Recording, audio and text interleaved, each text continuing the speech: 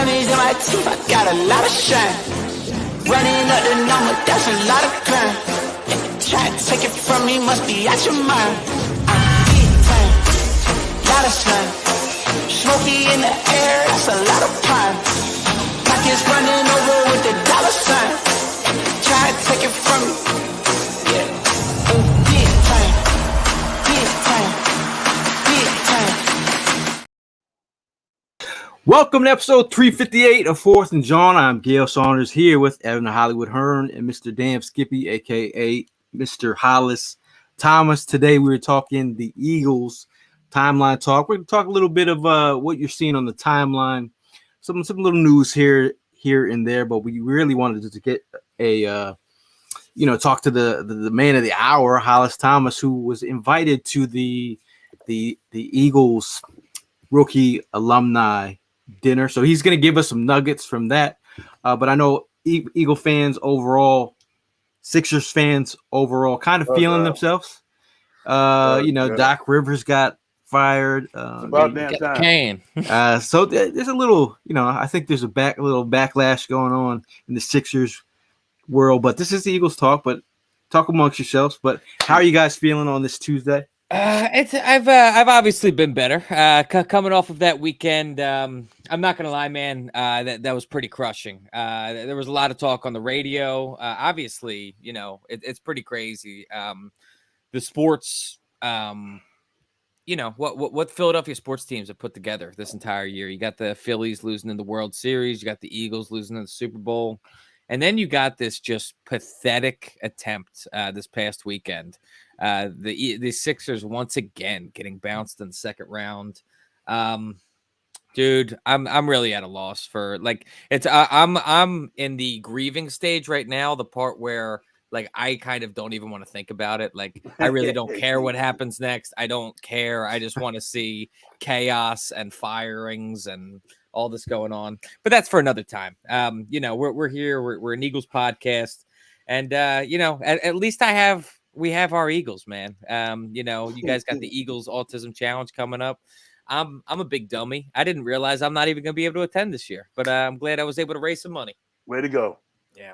Now, I personally will let you know on this May the 16th, the 136th day of the year. We got 229 days left. On yesterday, I was totally fucking embarrassed by my Sixers. I showed up at my brother, and I was in Chicago. My nephew Malcolm was up. He graduated. Congratulations! He graduated from Columbia College in Chicago. Congratulations! We all ascended on Chicago for Mother's Day as well. Mm-hmm. So my mom is sitting there, my brother's sitting there. I'm the only jackass sitting there with a Sixers tearaway warm-up jacket on. Yeah, we about to handle this shit, And dude, we got handled.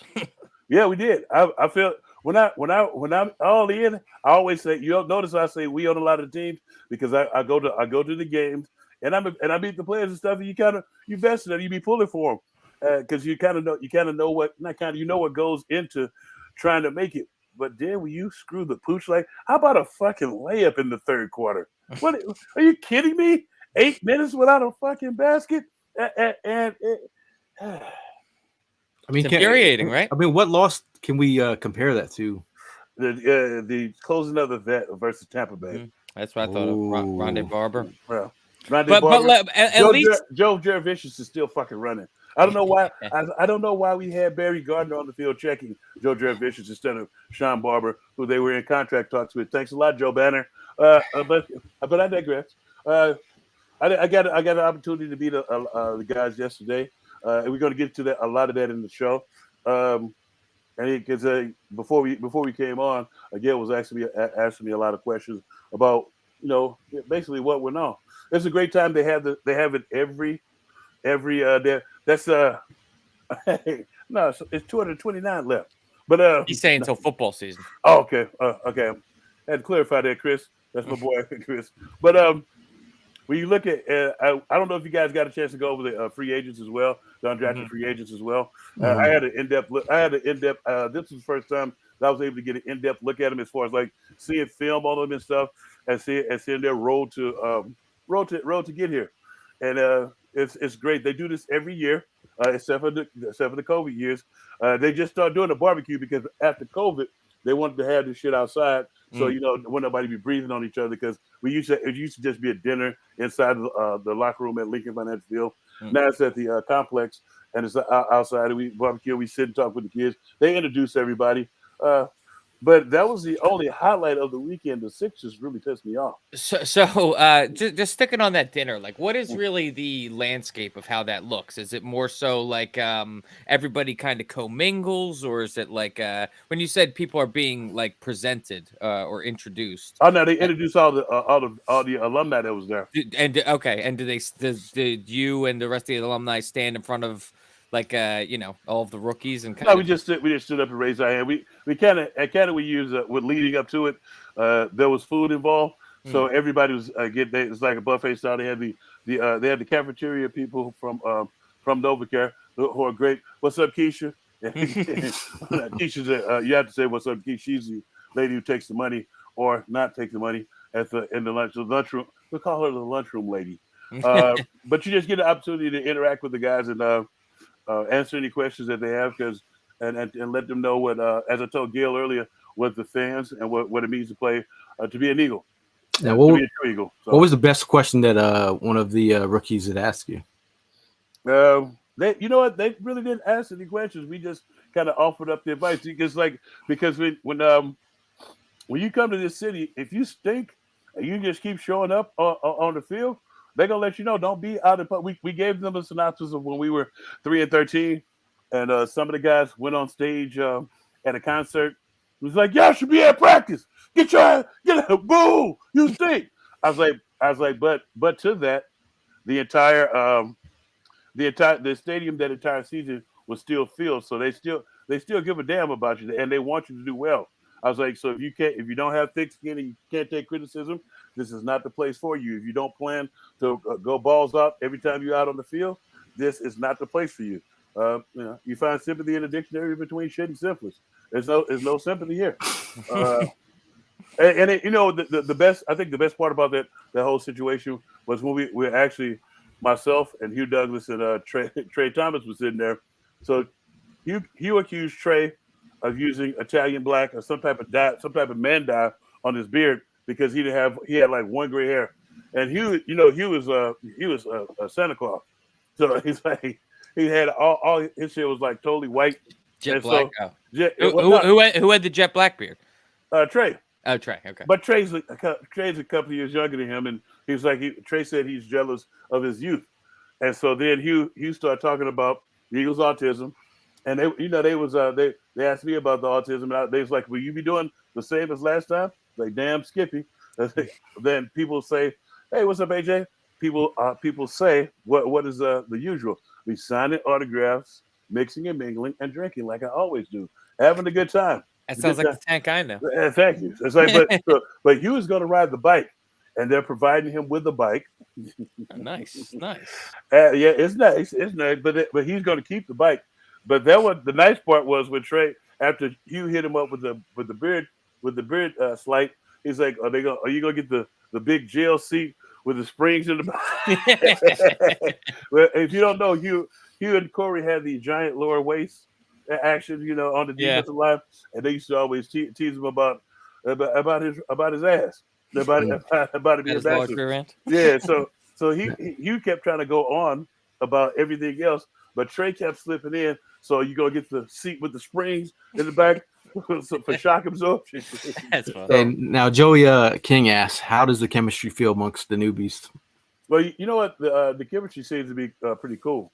The one thing that I didn't get to talk to Gail about was the guys were just pretty much just thirsty for knowledge. Not so much just you can tell somebody's just happy to be there and they're done. These guys were thirsty for coaching and the whole shebang. It was just great to see the guys that came in together, and a lot of the guys they played against each other and with each other. It's like, so it was great to see the chemistry that they had, and everybody was like together and stuff. And Harold Carmichael got up and made a little bit of speech and gave them synopsis of the city and the fans and stuff, and what it means to play here. It's like, and when you win here.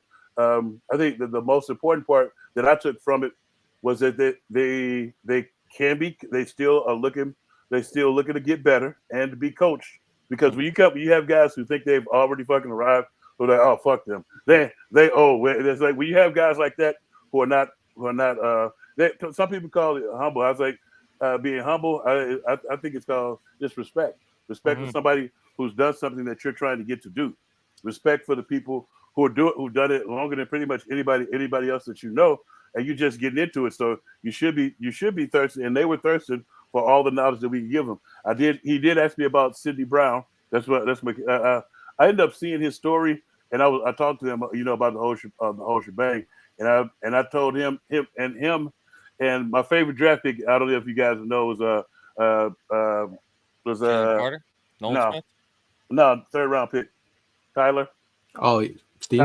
Tyler Steen. And it was just his technique. If you go and watch the tape, he played tackle and guard, and they're saying that he's got too short arms to play tackle, but he can play. His footwork and his ability to work, dude. If you just go watch it, he was dominating cats. And I was sitting next to him, and then I was sitting with the undrafted free agents who me and Irvin on my show Vetted. We went in depth because he was the first. Irvin was the first overall pick. Yeah, he was first overall. First overall. Just that big one. Yeah, so he didn't have to wait. No, he didn't have to wait. That was the thing. And I did talk to a couple of guys about the waiting during the draft, and so it was just fun to see that ain't nothing changed. The wait is still horrendous, and you hate it. But the one thing I was happy to hear from some of the guys is they just wanted the opportunity to prove that they belong. And as long as you can have a chip on your shoulder all you want, but if it's not a control chip, then you're not going to make it. If you're just trying to show everybody, you should be trying to show yourself. You're trying to prove to yourself that you belong, that you can play with these guys, and then the rest will fall into place. Now, I think when you're talking about Steen, looking at some of his footage down at the Senior Bowl, right. The fact that they slid him in at guard and he did it seamlessly, that was nice to see. And again, if they pick him as the guy, right. I totally back anything Stoutland wants to do on that end. I would like to know what were the coaches present last night? All of the coaches, were you able to find out anything about the new coordinators? You know what the funny thing was? The coaches were great. I was just telling Gil, Matt Patricia, he was cool as fuck. I was waiting for the other shoe to drop, and I was like, he's a pretty cool guy. But he was sitting there. We was chopping up his, obviously what we said at the table stays at that table. But it was just like one of those things to where I saw Nick Sirianni had to leave because his kid was pitching, was playing baseball. It was great to see the coaches. Tracy Rocker, that's my boy, obviously, and he was like, he's like, what was your assessment last year? I was like, tell the interior guys to keep their motherfucking pants down. Your pant level. The low man wins every time. Low and strike hard. So I feel like I'm gonna have to go back over there when I see it again, to make sure to exact some street justice and get everybody past low. But it was like all the coaches were over there. Howie was there. It was a great time. Interesting. Yeah, and it was kind of, the funny part is that when you look at it, this wasn't done when we first started playing. They just actually graduated to doing this type of stuff, and not so much reaching back, but Now I'm not sure if you mentioned this, but Jason wants to know: was there someone that you sought advice from when you were a rookie? Well, you know what the funniest thing was, and I was just talking to Troy Vincent and Urban Fryer. They were obviously like 10 years deep in gangsterdom by the time I got to the NFL, and also William Fuller. I was like, I didn't really seek advice. I just watched. Yeah, it's like you don't come in and be in the loudmouth. You're no longer the big dog. You take notes, right? Yeah, it's like you take notes and you follow suit. And I had a bunch of I think Ray Rose laid the foundation to a bunch of guys who were professionals. They showed you how to be professionals. But then the next year I had Richard Dent and a bunch of other guys. Oh yeah, Richard smoking Dent. on that pack. Who's smoking? Doc pack. He's talking about Doc Rivers. Oh. Shout out to Mal. Mel. Yeah, Joey says be a sponge. I think it definitely is be a sponge is the way to go. I think knowing your role, as what The Rock says, know your role. Know your role to give me a sandwich. But the thing you have to do though too is the more you can do. It's like don't not get in the drill when the coaches and the team ask you to get into a drill or something or try this out for them. That if you can go out there and do it, the more you can do it, that's how you get on the team. Mm-hmm. It's like come on, it's like I was the emergency long snapper. My rookie year, if you go back, there's pictures of me on kickoff return. We led the league in kickoff return yards that year with Derek Witherspoon. Yeah, 1,274 yards and 3 or 4 touchdowns. Yeah, I have to ask as a younger NFL fan, is William Fuller the father of Will Fuller that is the wide receiver today? Hell no. No. That's it. No. David Robinson. Who's that? David Robinson's son was playing, wasn't he? He was playing football. I don't know where he's at. Oh, did he play at Michigan? Did he play at Michigan? I thought he played at Notre Dame first. Oh, yeah. It was Notre Dame. I mean, speaking of some timeline talk, kind of like based off, some of the rookies and talking about, thinking about some of the realistic roles for some of the players that we just brought in. So expectation. I'll start with you, Ev. What are some of your expectations for the roles of our rookies? Well, the higher up in the draft you go, the more of a impact I'm expecting right off the bat. I mean, the first round guys, I am really anticipating them having a pretty immediate impact, and I think that they have the capabilities to do so. I mean, Jalen Carter, from what it seems, I know that there's a lot of people that after the combine they got nervous with his workout, with his pro day. But if we're being real here, man, I mean, obviously. The obvious thing is that he was dealing with a lot at that point in time. He looked good though. He looked good when I saw him. It was a breath of fresh air because I was hoping that he didn't come on there all swollen and sweating like I was.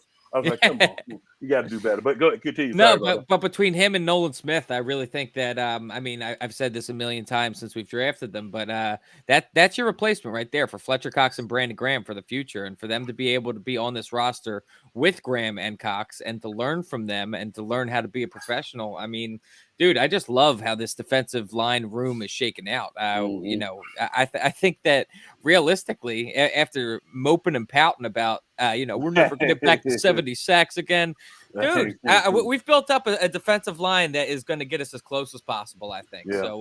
So I'm happy with it. Tank, what about you? Obviously, and to piggy, not too much piggyback, but when you guys were asking about who was really thirsty for knowledge, Nolan was. Nolan Smith. He talked. So I don't know if you guys remember when Trey T was an assistant when Connor Barr was playing. A lot of people don't know that Trey is a tremendous coach. Trey Thomas is a tremendous coach. He he knows what he sees, and he was giving Connor Barr when Pearl. He was coaching him up on how to rush different tackles each and every week. And you guys remember Connor Barr went to the Pro Bowl a couple of those years, but he was also talking to Nolan Smith. Nolan Smith was the one thirsting for knowledge. He had on those glasses. I was going to start talking about him, but I was like, let me let him make it right now. It's his vision. But he was a great kid, and he was the one really thirsting for knowledge. You know what? I'm expecting all these guys to contribute this year. The one thing that I don't know if you guys hit on while in my absence was, did you notice in the undrafted free agents, the guys were 6'2", 220, 212, 6'2", 215. Some big dogs. 6'2", 215. And and they all ran 4.4 between 4.3 and 4.4 speed. Mm-hmm. We need to get better. We need to get better on special teams. You remember our coverage units sucked ass last year? Those are the type of guys, the cornerbacks and the young receivers they got. I feel like they're gonna contribute on our special team. Yeah. Now the one person that I'm pulling for and to make guard is my boy Tyler. I think Tyler Steen is what we need because we lost Sam Alu to free agency. We were about to pay him all that cheese, and I'm happy he got paid. But between him and Sidney, I expect Sidney to be on the field early and often. It's mainly because I love, as much as I love Avonte Maddox, he's often injured. So I expect him to get one of those blow a tire or something where he's going to have to miss some time. And Sidney Brown, there's going to be his opportunity to step up. The other thing in a slot corner role, either a slot corner role or a safety role, because they Josiah plays both. Josiah Scott, but you want him at corner because his safety skills, as you saw, 30-30 suck ass. How do you think with Avonte, with Keely Ringo, with all these guys that we brought in, where do you guys think Greedy Williams fits in the mix still? Is it just a depth piece? Do you think him and Keely are going to be fighting for that? It creates competition. It don't let you rest on your morals, because even though if Greedy doesn't make the opening day roster, and you start and one of the young guys starts faltering somewhere down the line, you don't think that he knows our system, and he's going to stay in shape. Bring him back. The thing that it creates competition, and competition makes for good play. And I think these guys are, and it's just like I said. How do we lose? We lost Super Bowl. We lost on a punt return. A punt return. We gave up a punt return. Our coverage team sucked ass. And it's like we don't have what I like to call the dogs on the special teams. And if you look at those free agents that I called out who are hungry, I know each one of them they play for winners. The LSU and Alabama. And then the one that we got a receiver, Hasselwood. Did you see him? Have you seen his film? Yeah. You seen Hasselwood? He's got some he's got something in him. Yeah. He does. Now see they say at the they say he ran a 4.6. That I know. I talked to Coach Pittman because Coach Pittman was with me at Northern Illinois. He ran a 4.4 and a 4.39 at Arkansas, and they was talking about 4.6. When you turn on film, that ain't no damn 4.6. That is not a 4.6. But I think it's kind of like what Ev Love said. It's like I expect especially the top 3 or 4 picks to contribute big time, especially as long as the season is, especially with the nagging injuries throughout the season and no train and them not having a training camp.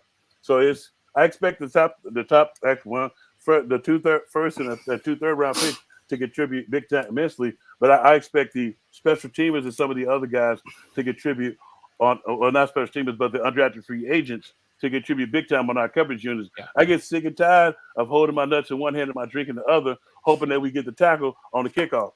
Yeah. Now, piggybacking off what you said, I think Jalen Carter, I think he's got a shot to get a starting position. I definitely think he's a young dog in training. I think just during camp, you're going to see him slowly make his move, and when he makes his move, he's not giving it back. I think Nolan Smith, he's going to be a depth player for us, but again, in a rotation, coming off the edge, I think he offers, that versatility you like, that juice that you like. I think he's going to be definitely a wild card.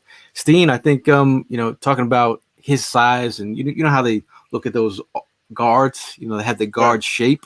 I think you look at Cam Jurgens, the build of Cam Jurgens versus Steen. I mean, he got that guard build to him. I think the competition is going to be nice. I like to see the competition. May the best man win. I don't care. I'm not showing no favor. The best man win. Sidney Brown, I think a guy who comes in, I think a special team demon. Like you talk about, he's a guy that caused a fumble. I seen him do a fumble on as the gunner. I think him and Ringo could be those potential guys contributing on special teams. I think the leadership qualities of those guys, that competitive edge. You talk about Nakobe Dean sparking those guys in special teams.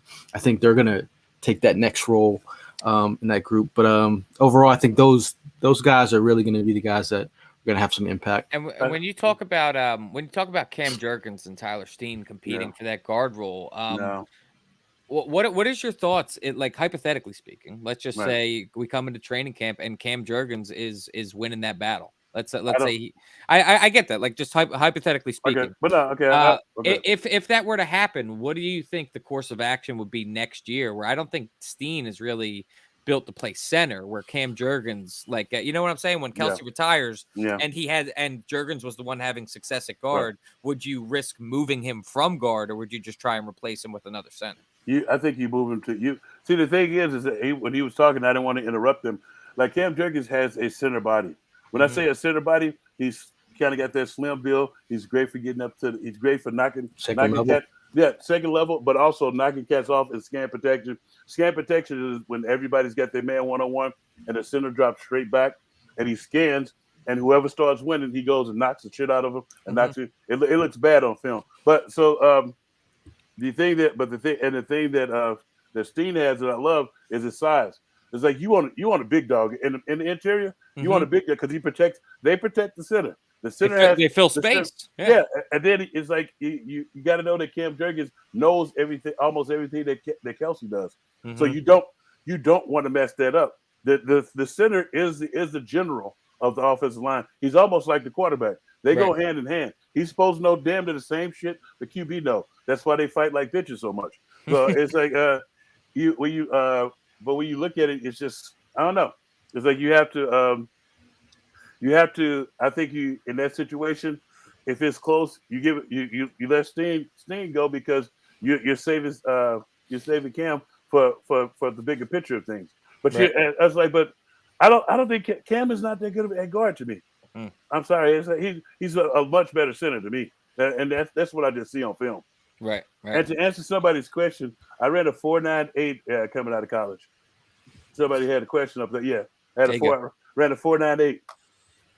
And when I came out of college, the big dogs we thrived on running below a sub 5.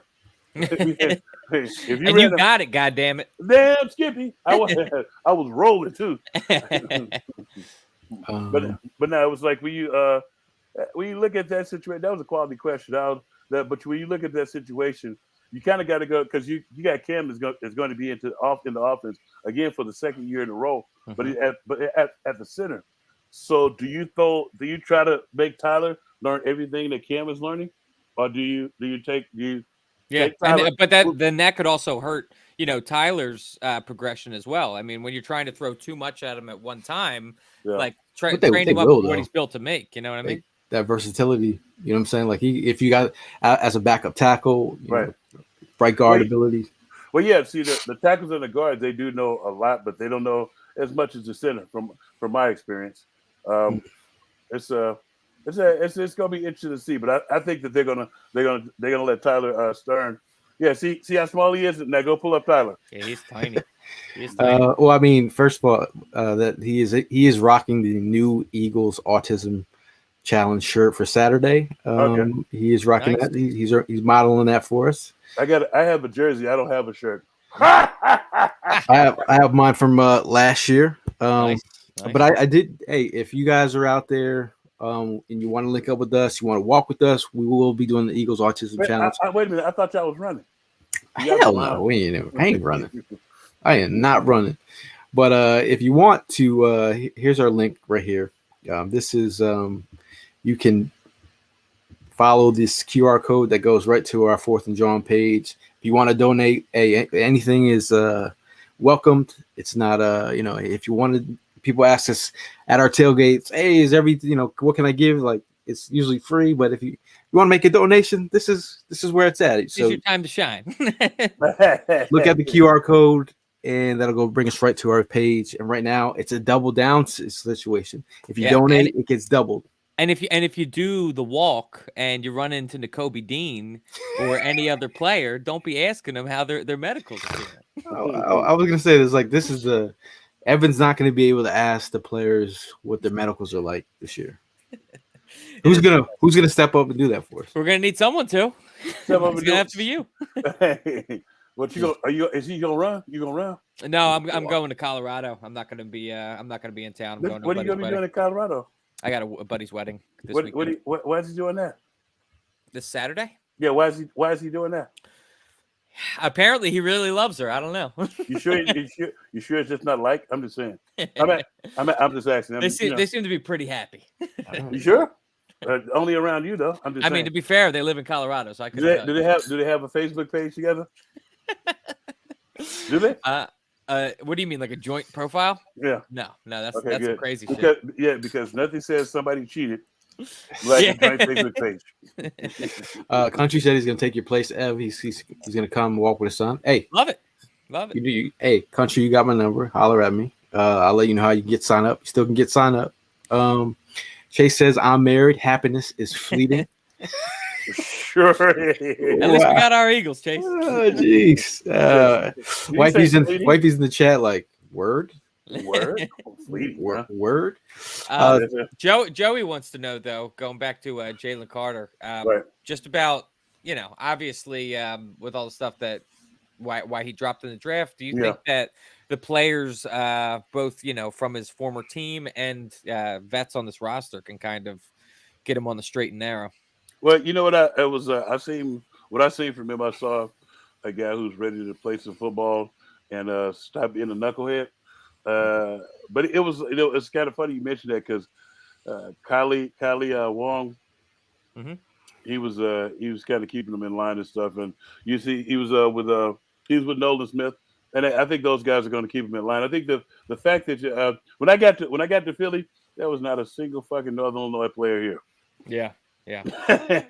So it was like we weren't going on a run of Northern Illinois players off the board. Well, whatever do you mean? But to have the guys that you played college ball with, that's gotta be. That's a great feeling, man. And that you won a national championship with, actually two back to back.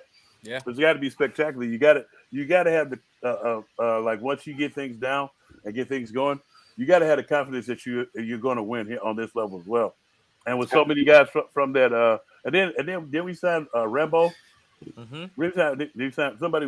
Right, Charleston Rambo. Yeah, somebody in the chat was just talking about this side. And they showed some highlights of him and Hurts and from Oklahoma. Yeah, and see, you get people that you're familiar with, and things can continue to ride. It's like it's not a bunch of strangers trying to force square pegs into a round hole. Now Charleston Rambo was the wide receiver 2 to Jalen Hurts when he was at Oklahoma. Wide receiver 1 was that guy in Dallas called CeeDee Lamb. But he had 43 passes for 743 yards and 5 touchdowns. Didn't get drafted, went undrafted. Got an opportunity to go to try out for Carolina, and then he ended up with the Orlando XFL team. So I would have took that from Quez Watkins last year. What? 43 passes and 5 touchdowns. How many did he drop? No, I'm just playing. Damn. Now I haven't been out here in a little bit. Did you see what Quez put on when they signed the cat from Atlanta? That's my daughter. Lil Tank, Lil Big Head. What's one? Zacchaeus. I just think I want you to be like that. I want you to compete. Yeah, but why take for them to sign somebody at your motherfucking position for you to start to get tough? That's Jalen Rager-esque. You're a paper tiger, a tender. What the fuck are you doing? My thing like all of is, a sudden you get mad at everybody because you dropping passes and shit because you fumbling. It seems like all these signings that you see, all these wide receivers they're bringing in, they're bringing all this type of competition, and I love it. And I feel like if they don't see what they want to see in this next couple weeks, couple months, then you will see another veteran brought in here. Yeah, I agree. So they're like, let me get a cheaper option. If that doesn't work, then boom. What kind of veterans are still out on the market now? Yeah, that's what I was going to say. We got all the we got a little bit of the cream of the crap that was. I mean, the cream of the crop that was out there. Landry's still out there, right? Yeah, I'm not. Fuck that. He played in Cleveland. We don't need that type of. We don't need that type of Brown here. I mean, hey, if you come for cheap, we have. Let's see, who's out here, out in these streets. Let's see, Kenny Galladay, Julio Jones, Byron Pringle, Jarvis Landry, N'Keal Harry, Sammy Watkins, Andre Roberts, Rashad Perriman, a guy who they worked out a couple times, Rashard Higgins, Demarcus Robinson, speed. They worked him out as well, I believe. Marcus Johnson. I like that Marcus Johnson was here already. Yep. Stop it. T.Y. Hilton. T.Y. He thought they was going somewhere. I'm not gonna lie. I know that he's got essentially he's nearly running on E at this point. But you mentioned Julio, bro. We're talking about like a wide receiver 4. I was going Hall of along the lines. Famer. I was going along the lines of Sammy Watkins. Sammy Watkins. It's like he still got blamed his speed. He probably got more left in the tank than Julio does at this point. But Julio couldn't get off the fucking bench. I mean, off the sideline, out the ER. I mean, the training room for the Titans. Mal brings up Donovan Peoples-Jones. I love that. I would, but I just don't think that Cleveland would. I mean, he did well with them last year. I mean, if they pull the Howie trade a 4th round pick for a potential someone, that's always in the cards there. But another thing that's brought up by ESPN's Bill Barnwell, Miles Jack as a potential linebacker target for the Eagles. I wanted Miles Jack for a long time. At this point in the time, it was kind of long in the tooth, but again, he was known for his coverage, but nowadays hasn't been the best in coverage. But again, you think? Behind this kind of front, he could be an athletic guy that you could bring in here for cheap. But you just did that. You brought the kid from Chicago, Morrow, with no guaranteed money on his contract. Yeah. And it was somebody else that was just kind of available. Like, and they was talking about a trade for him. It's one linebacker. It skips my mind. It'll come to me eventually. And Devin White, no? That was one of them. Oh, was Patrick Queen? Yeah, Patrick Queen. That's what I'm talking about. Yeah, I'd rather have Patrick Queen. Yeah, because they just gave Roquan on $100 million, and you know damn well they're not going to tap Samoa in there. You'd rather have Queen than Devin White? Well, now, Devin White's on a team already. Yeah, well, Devin White is. Wouldn't Queen and White both need to be traded for, or is Queen a free agent right now? Yeah. Both of them need to traded for, but one is older than the other. Okay. Who did White sign with? Wait, I thought White's not that old. Yeah, he is. He's 30-something. No way. You're thinking of Levante David. Okay. No way, Jose. No way. Like 3 or 4 years ago. What is he? 27? 26? 25. Okay. That's old. 25 ain't old. Come on. Out of Queen. Old. They were in the same draft, aren't they? They might have been the same draft. Now another potential pickup who recently mentioned Queen's 23, so he is 2 years younger. Who potentially another person who potentially might have some ideas of coming back. Recently spoke with NFL Network. Mr. Sue, he says, "I have no desire to be in training camp." Yeah. Sue told NFL Network on Monday morning, "I will come in and watch and look and give some advice. But when week 1 happens, I'll be ready." That's like when a Jedi rolls up. The Jedi is already Jedi. He knows all the mind tricks. He'll come in and play. Keep it fresh. What do you think about bringing in Sue back? That's what when you do that when we used to do that with Tim Houck all the time. We get some safeties and stuff to try to help Doc out. Some they didn't pan out.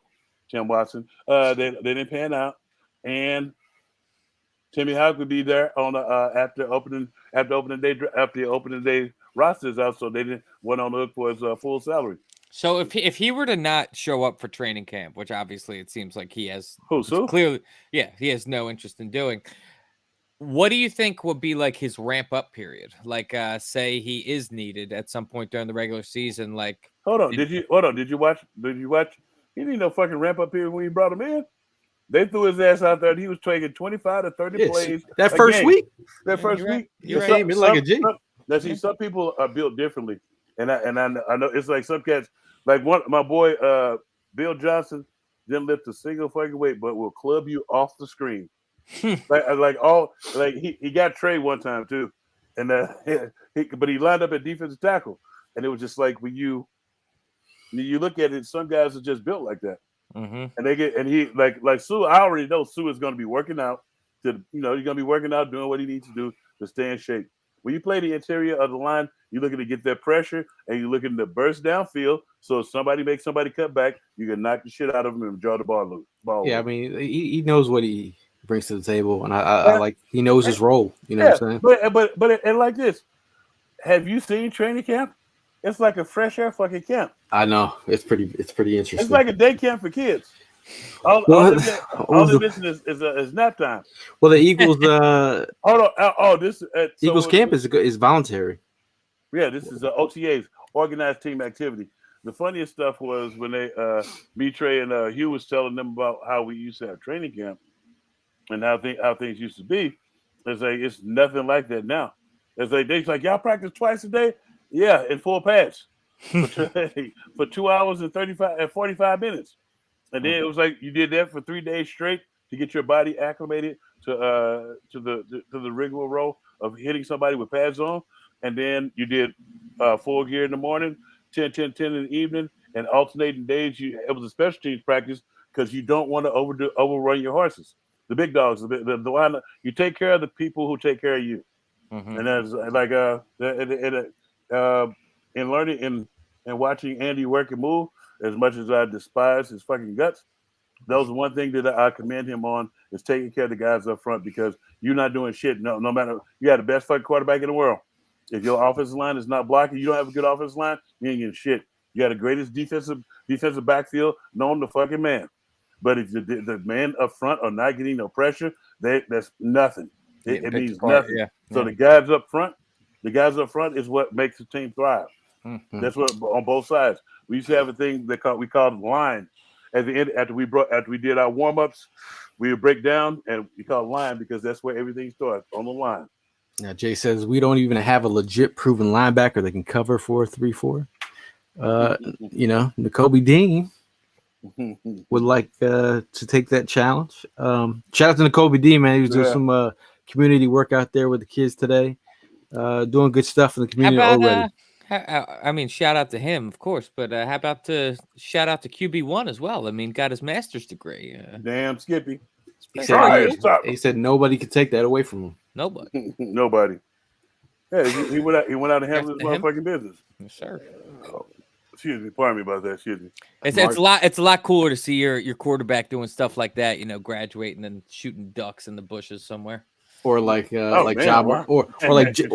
Morant holding the gun on Instagram. What is wrong with Ja? Dude, he's on like a speed run out of the NBA, I think, bro. I think he's just trying his hardest. It's like Urkel went straight gangster for no reason. Can't get right.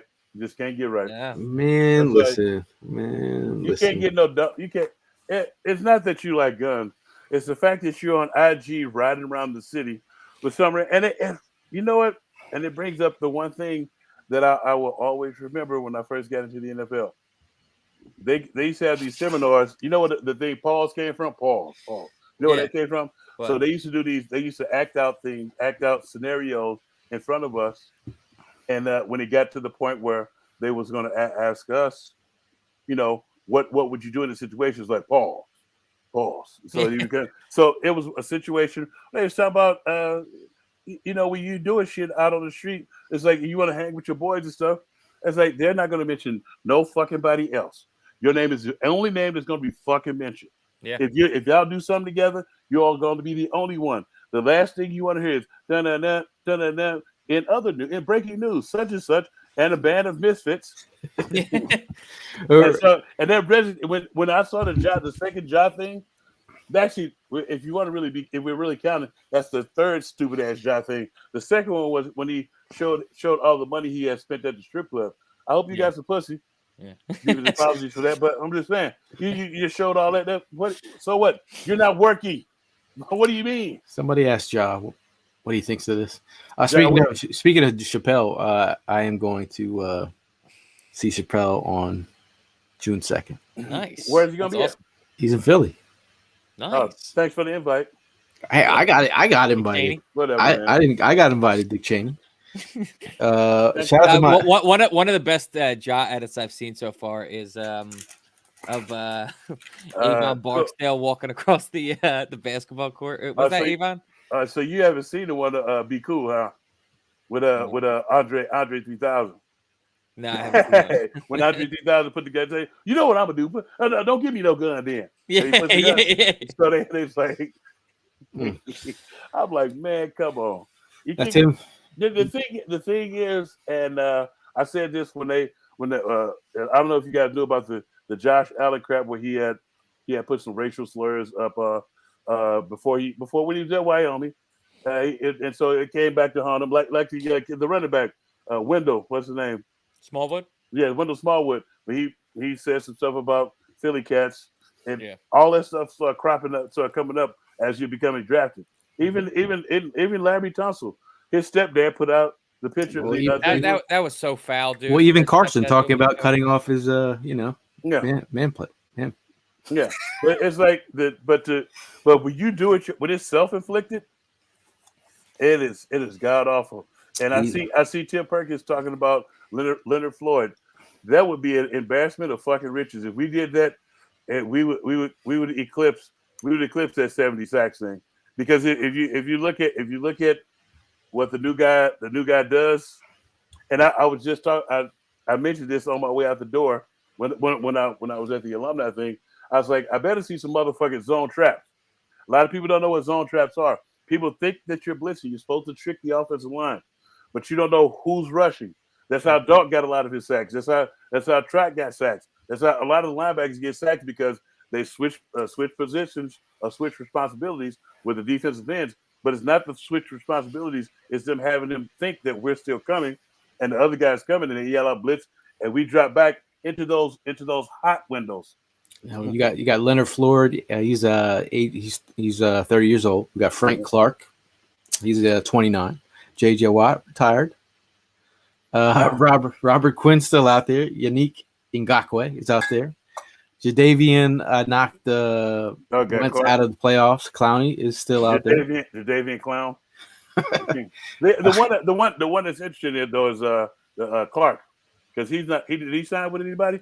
Nope, he's a free agent. Yeah, see, Leonard Floyd, you have to actually trade for. No, he's a free agent too. You sure? I thought he's still with the Rams. Last I'm reading on this thing, it says he's a free agent. Yeah. They said his market value via Spot Track is we're not paying 13.7, but if you want to come here as a well, see, hold on, get a Super Bowl, the market value means shit when you don't have a job and the season has already started. Yeah. So, I mean, you want to come here on a nice, cheap, affordable. You want to get a ring? I mean, he's got a ring, but does he have a ring? Leonard Floyd? Was he with the Rams? Was it the one? I think so. Leonard Floyd? I think he was there. Yeah. Trey says Coach Carr is the only one who can straighten Ja out. Get your dumb ass back here. Let's see. Any other talk on the timeline right now? I mean, we let's see. This is pretty interesting. I mean, Mark says there was a rumor that Quinn was an Eagle last season. Yeah, right. Week 1, we will all be. This is pretty interesting. Week 1 in New England, the average ticket price is $807. They will honor Tom Brady week 1. It is the most in-demand ticket throughout the league at this moment. Everybody wants to see a cheater. Fuck that clown. $807 is a lot for a ticket. Man, Frugal Gang approved, bro. I know. I'm just saying. I was. Well, you'll be there, right? You'll be there, Tank. Right? For Philly Sports Trip. Will you watching in the bus or in the stadium? Well, if you come with PhillySportsTrips.com, or not Philly Sports Trips, we are setting up with the Eagles bar where I will be viewing the game. Those seats, most of the seats in different stadiums are not made for the big dog, and it's a lot of fucking walking. I'm not walking for Eagles autism. You can roll. I'll get you a little, little. Oh yeah, this is exactly motorized cart. Exactly what I need is to be rolling, and all of a sudden you hit a pebble or something on the street. I get you one of them Walmart carts. I go toppling over with my nachos and my soda. One of the Walmart carts and a whole lot of butt crack and Walmart carts. I don't do the butt crack. I make sure my pants are pulled up. I do not want to discuss the public without seeing, but with the body. When you're a big dog, you're supposed to pull your pants up. You have to know that you're gonna be a plumber when you bend over. Your clothes, especially if your clothes are not fitting properly, Yeah. And they don't because you're a big dog. You just got to go with the Yeah, flow. I mean, the Hold them up. only thing proper around here is Philly Sports Trips. Yes. They're doing great things. If you want to book a trip, a tailgate, make sure you go down to phillysportstrips.com. Make sure to follow them at Sports Trips PHL for more information. A lot of trips to go on. We're trying to, as a group, we're trying to decide. I know Tank has the VIP pass, so he's going to every single one away trip. There's a lot of flying miles. Now, we talk about Philly Sports Trips. You have to talk about Philly Sports Shirts. I got you guys damn Skippy t-shirts. PhillySportsShirts.com. They have a nice little partnership going on. What's happening, Drew? I got you guys shirts in. I got them in the box. I'm gonna either meet up with him or we'll see you on Saturday. Oh yeah, I bring him Saturday. Well, we're not gonna all be there Saturday, are we, Evan? Yeah, Ev. Yeah. See, way to go, Ev. way to break up the group.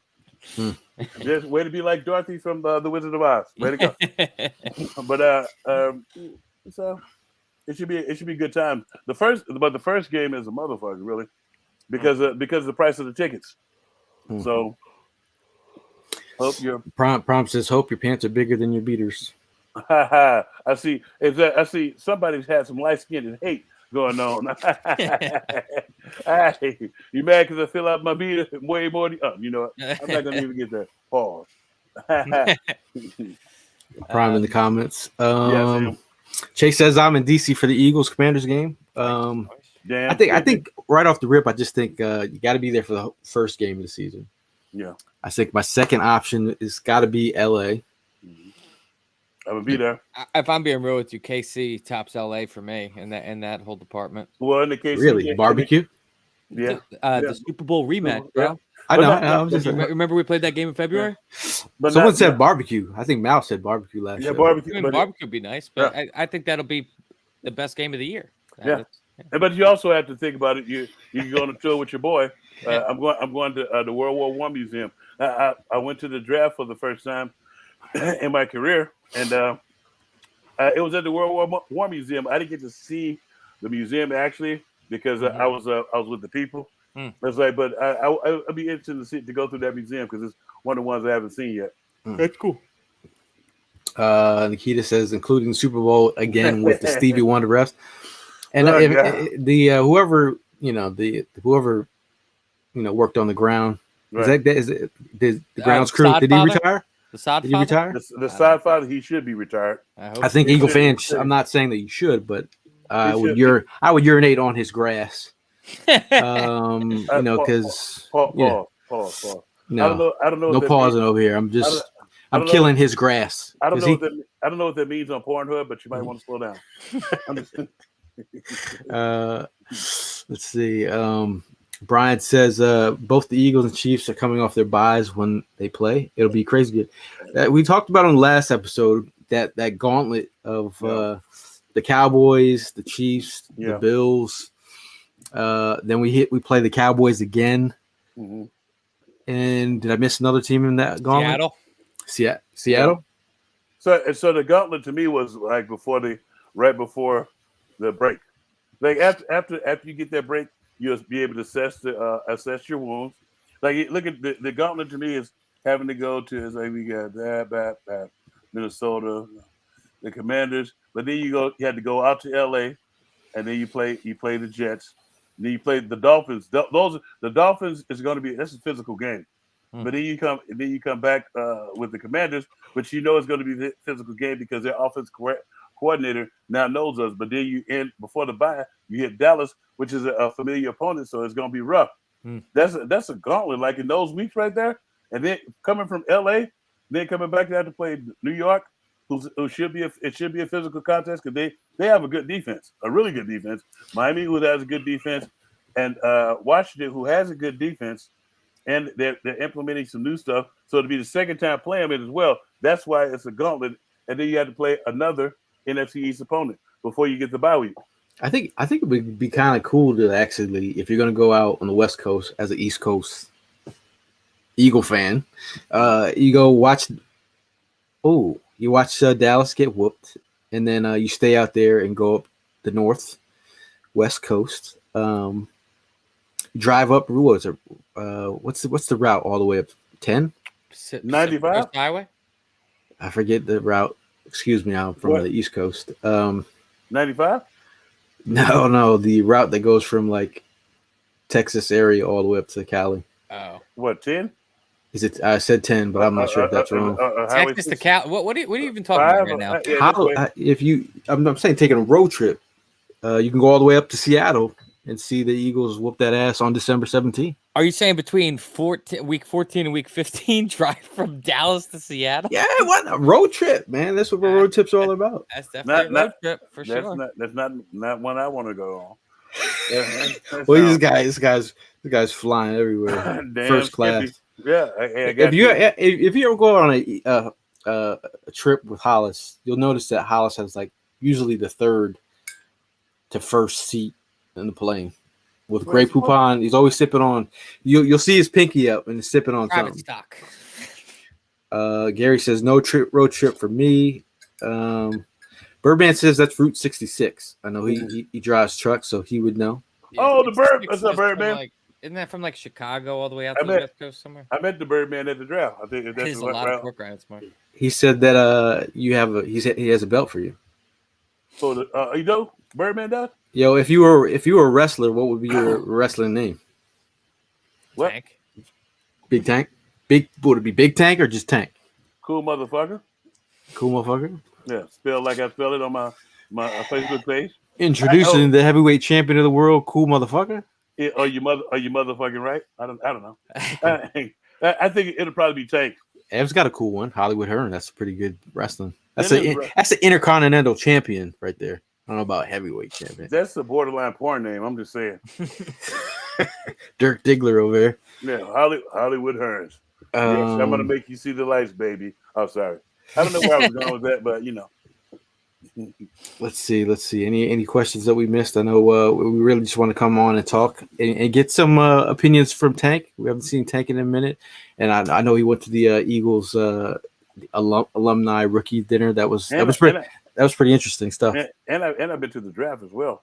I don't know where El went, but I went to the draft. The draft was a great experience as well because I was never there. Like you guys know, I was that was like one of the better experiences for me.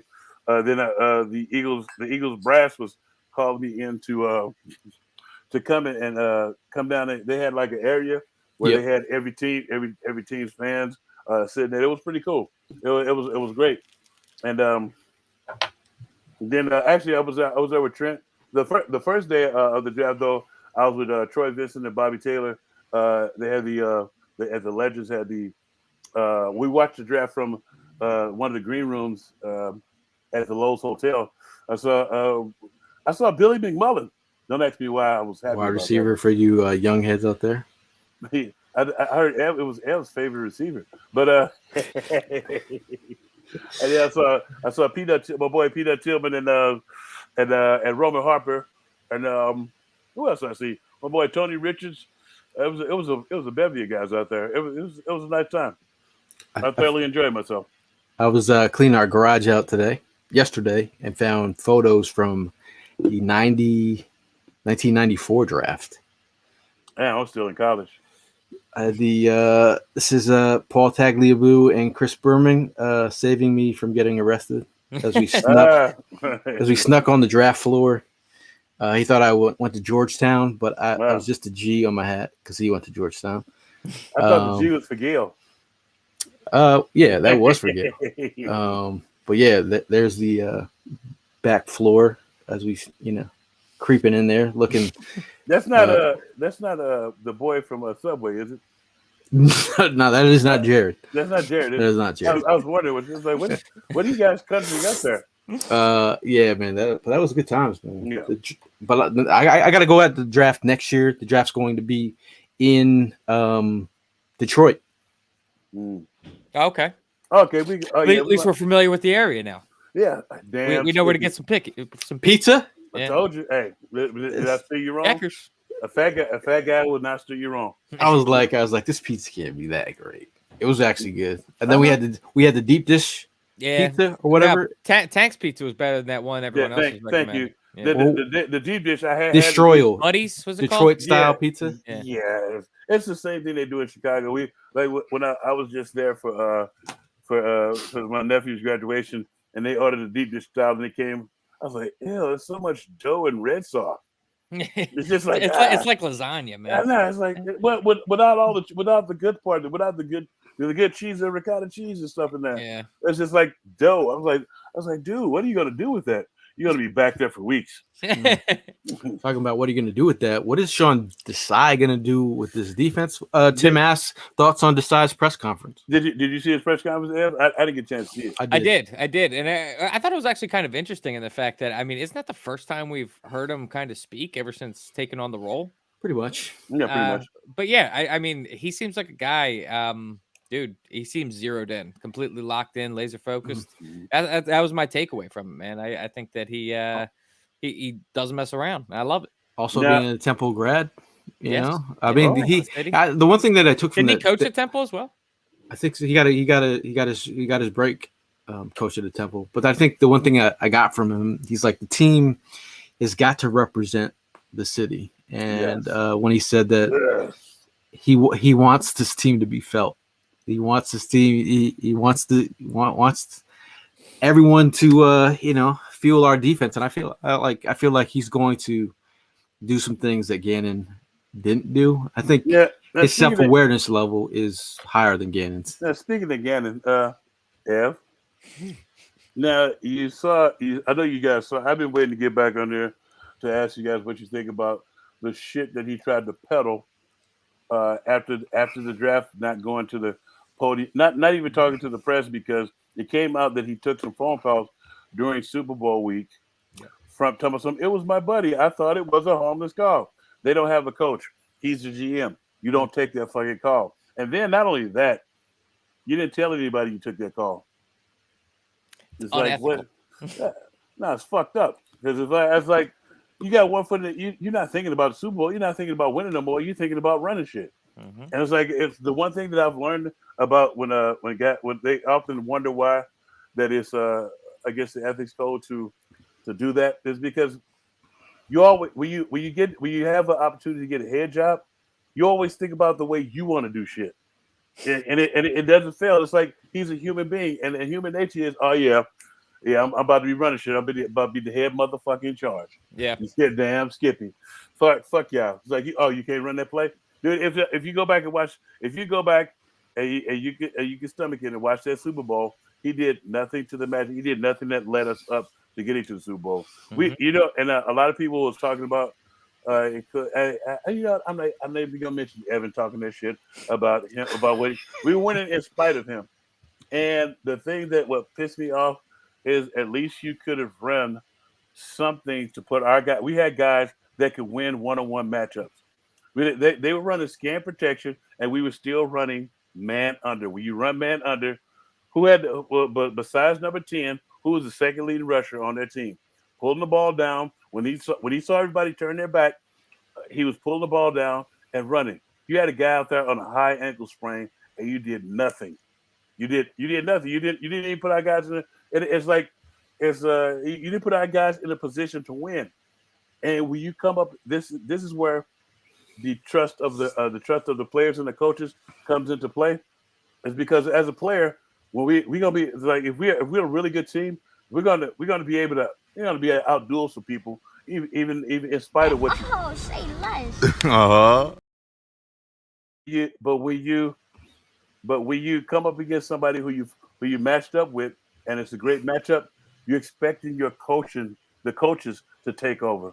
Our offense side, they scored 35 points and probably would have scored more had the game been called even down the line. But we, as a defense, did not show up as a defensive unit, and it was because he took the phone call from Arizona with his punk ass.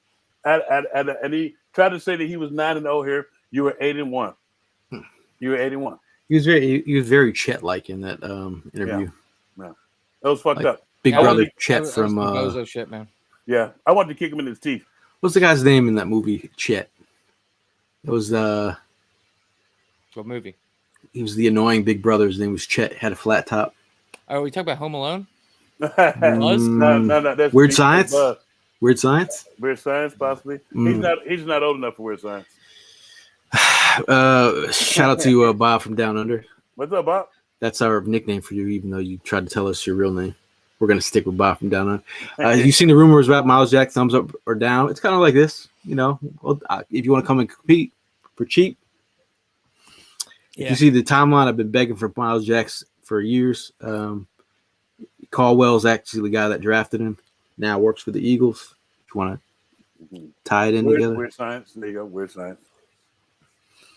What is the biggest weakness?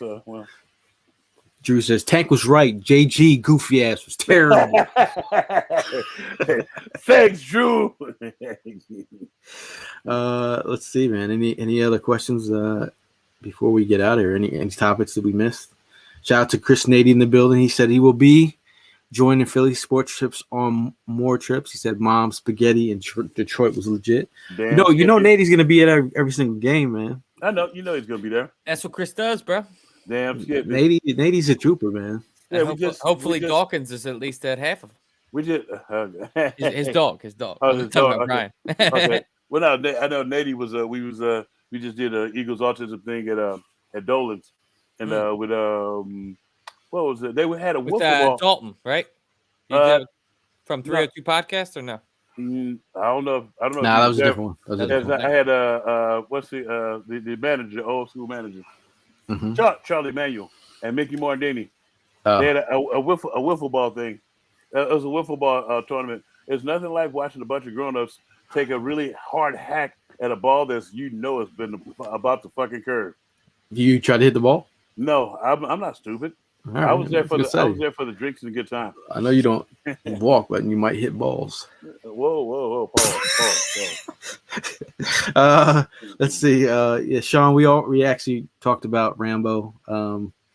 Interesting. He's a guy he's a depth piece. Bring more competition into the fold. We love the competition, especially around this time of the season. Yeah. Bring more dudes in the mix.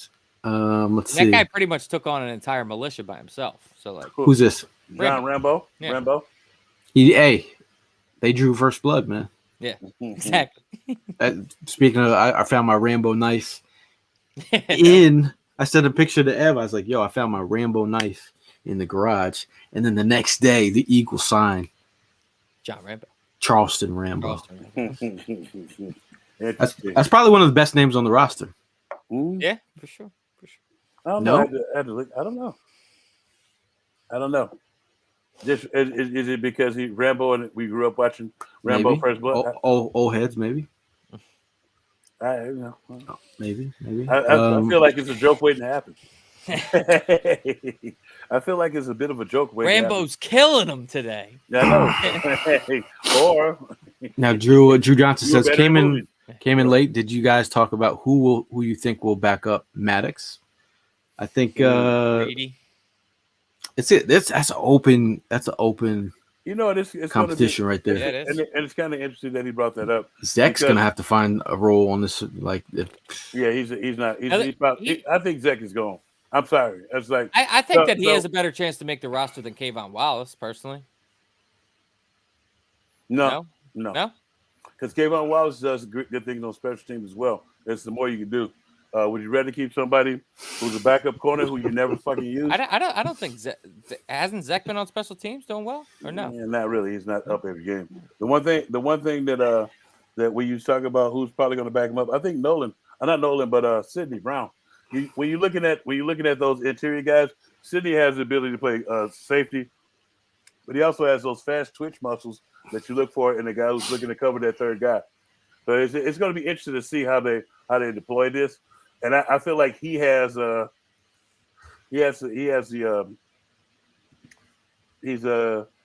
smart too. The smarts to get the defense and stuff. And everybody's going to be on the same playing field because there's a whole new system coming in. So I think he might outduel a couple of guys. So yeah, I think you obviously have Josiah still there, but at the end of the day, it's whoever comes in and wants to fight, have at it. That's where I really am at. John says Justin Evans will back up. Thing is, I was watching some of the one-on-ones at the Senior Bowl. You can watch them on YouTube. There's a whole bunch of like cut-ups of Sidney Brown in coverage, and I was actually surprised by some of his coverage snaps on some of the wideouts he was covering. There's a lot of people. You know why I wasn't? Because he was there with Lovie Smith, and Lovie Smith, like remember Mike Brown when Lovie Smith was the coach for Chicago. Mm-hmm. It's like when you get a safety, when you get what they call a hybrid safety, a safety they can also cover receivers and stuff. They can take away the tight end. He can be a corner. He's fast enough to be a corner, but he's physical enough to be a safety. So he doesn't have a dress on. Pause. So to speak. Well, like at the Senior Bowl when all the other safeties were going up against the wide receivers, they were getting cooked, and then that's why I was surprised because I was like, all these other safeties have been getting cooked, and then all of a sudden, Sidney was showing up heavy in coverage. So, and then Howie actually addressed. He's like, yeah, once we saw him in coverage at the Senior Bowl, then that's when they were like, okay. But again, like it's I just want to see it happen on the field. Obviously, we got to talk about it, but obviously, we want to see it on the field. Joey asks, "Who's our next Malcolm Jenkins?" No shit, I don't know. That's the voice of the defense. The voice of the defense. The next. Usually, next means the next 5 years. Who's going to be the voice? Probably one of them young cats. Well, they'll emerge. Well, you'll see them emerge after we see them play. Right now, all we're looking at is what they did in college. And we're looking at what they did in college. We just need to see them on the field and see who's going to produce. Those first few games, which is the gauntlet that we're talking about, it should define a lot of stuff for us and let us know which way we're going to go. I'm saying Jason says Slay. I mean, I guess Nolan Smith would be. Nolan Smith he's young right now and he's knowledgeable, but I didn't see him as like a motor. He's more Nakobe Dean. I see Nakobe Dean more like that. Or let me see. I don't know. It's like when I'm around the guys, it's like you're looking for that next one, but you don't see it until like when you're around the fellas and they act in themselves. I think to compare someone to Malcolm Jenkins like that, obviously it's high praise, but I think that Malcolm Jenkins, he's a lot more unique than people were really giving him credit for. I mean, he was a very serious, stoic type of leader.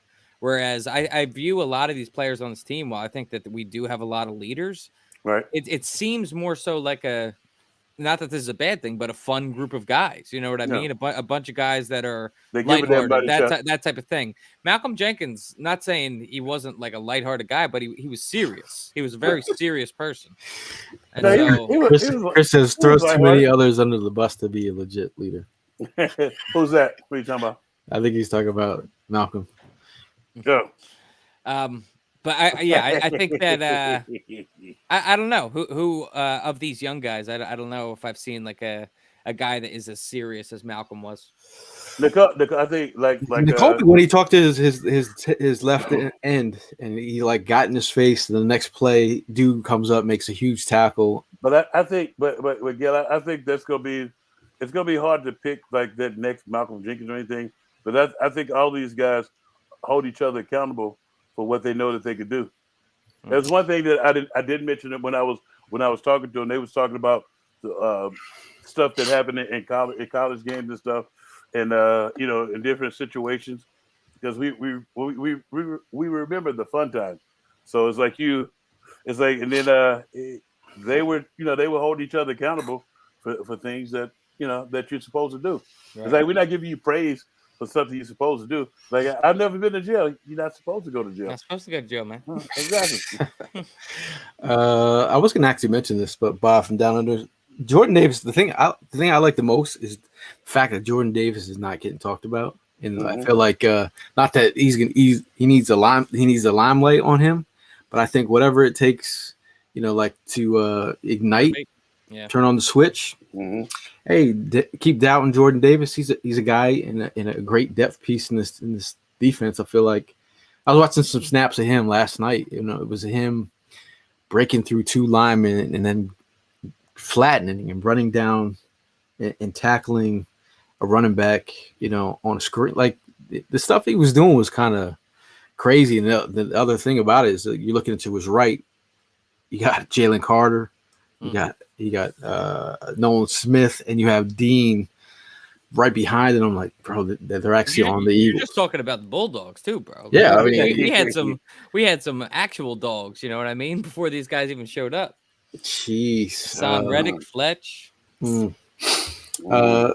Jason says, let's face it, no one would ever replace Dawkins. Jenkins, yes, good, but we need someone with a lot of heart. Shout out to Dawkins. The last time I saw Tank in person, Yep, he was yelling in a big dinner hall. Now, whatever do you mean? Tank was the entertainment for the night. I was a hype man. Fucking ham over here. Ike was pumping it up, trying to get people to donate for the kids. I could probably be a preacher. Possibly, I see that. Possibly. Interesting. Shout out to Mal, and shout out to Prime, who are doing the Lord's work somewhere else today. Just want to give a shout out to those guys. I know Prime has had an event with his daughter tonight. Oh, okay. So it's all about the kids, right? All about the kids. Yep. But anything interesting going on? I know Ev is about to go to Colorado. I know he's going to stay away from any other activities. He's Like just hell. going to a wedding. Like hell. Are you excited for that? I'm really looking forward to it. I'm gonna bring the drone out with me too. Hopefully, get some shots of the mountains. Be a cool time. Some cougars. Don't lose it. You gonna film some cougars on the mountains? What kind? The gray-haired white. What kind of cougars they have there? Aren't the cougars Old women golden. or like? No, I'm talking about actual animals. Oh, okay. I didn't know where you were going with that. Yeah.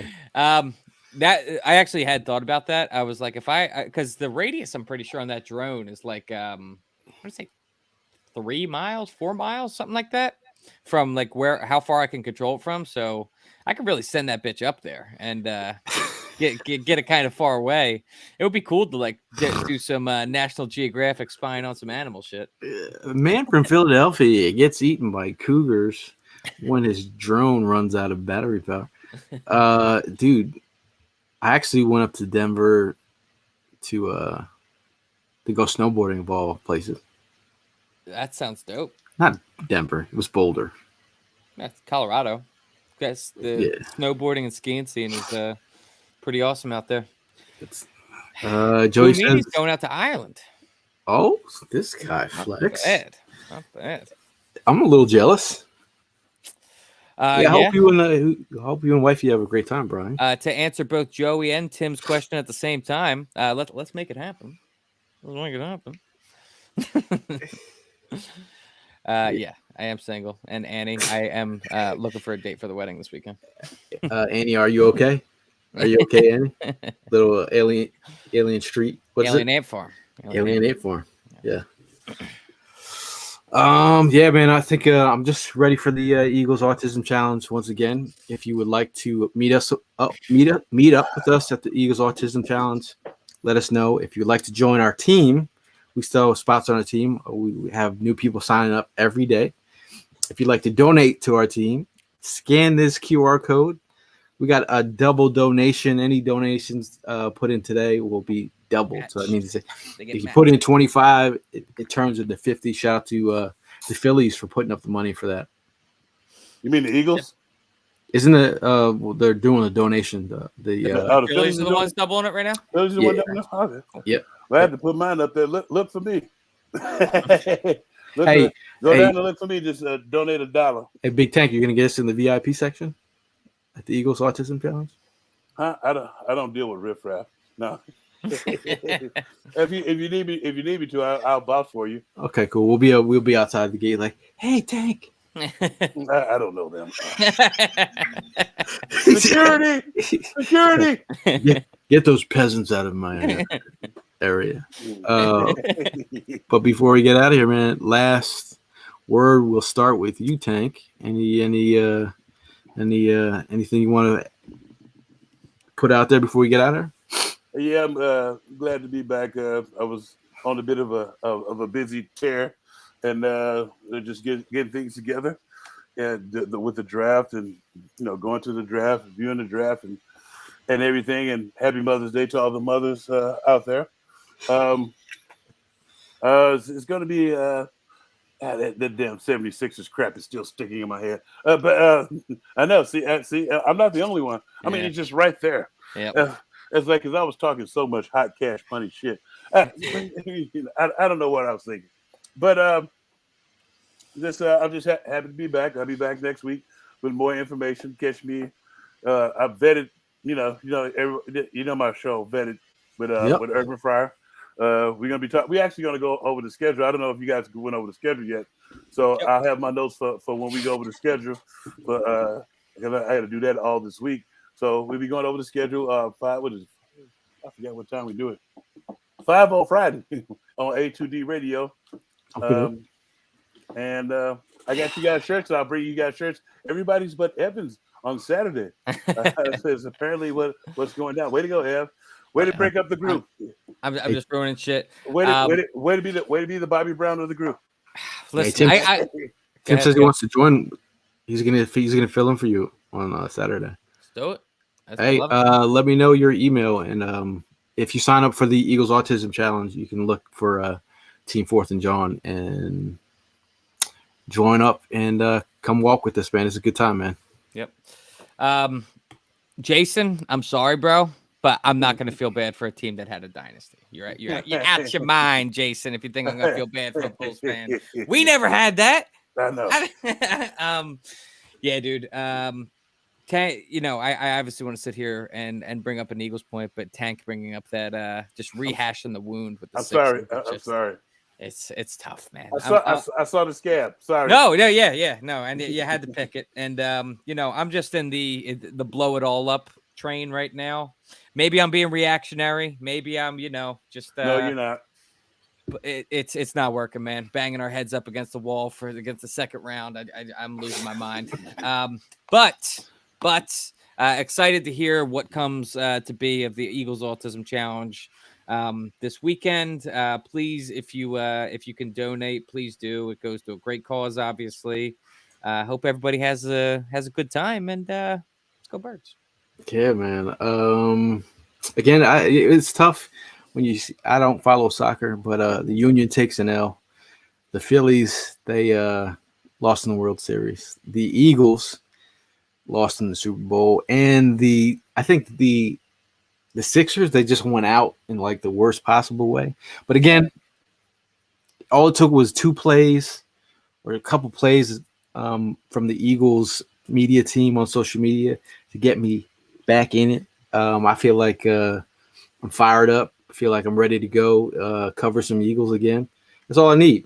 A couple, some NovaCare practices maybe. That'll get me even more hyped. But yeah, I think I'm ready for more Eagles football. I'm ready to get hurt again. The funny thing is, Carl asked, "What's the Yacht Rock channel?" Yeah. Just tell Alexa to play Yacht Rock. Yacht Rock. Yeah, no, I love it. I listen to Yacht Rock. It's awesome. YT stands for YouTube, bro. Yacht Rock. Yacht Rock. Yeah, man. But shout out to you guys that stuck around in the chat. Oh, We'll see YouTube. you. Oh, A2D. The YouTube channel is A2D. A, the number 2, D. It's myself and Urban Fry. It's called Vetted. We're familiar. I know you guys are familiar. I said you guys. The thing we often have a good time. But anyway, we'll see you guys in the next one. As always, fly, Eagles, fly. Go Birds! Go Birds.